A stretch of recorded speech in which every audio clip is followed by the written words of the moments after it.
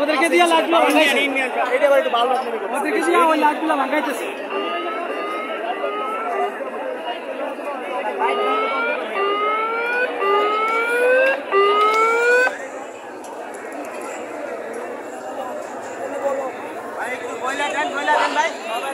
কেউ সামনে যাবেন না, কেউ ভিতরে যাওয়ার আমরা এখন প্রয়োজন মনে করি না। ওরা ভিতরে অবস্থান করছে, ওরা এখন বেরোতে পারবে না। সেনাবাহিনী একজন কর্নেলকে গুলি করা হয়েছে, সেনাবাহিনী একজন কর্নেলকে গুলি করা হয়েছে, সে তাকে নিয়ে হাসপাতাল গেছে।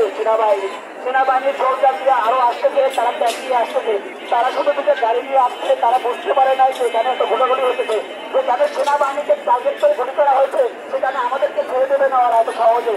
সেনাবাহিনী আসলো, তারপরে আমরা তাদেরকে সেনাবাহিনী যেতে পারবে না আমাদের সামনে থেকে। সেনাবাহিনী তো আমাদের আপনাকে দিতে পারবে না, সেনাবাহিনী সামনে থেকে যাবে। তো আমরা সেনাবাহিনীর জন্য অপেক্ষা করতেছি, সেনাবাহিনী তাদের আসো। সেনাবাহিনী যদি আসে সবাই দয়া করে গাড়ি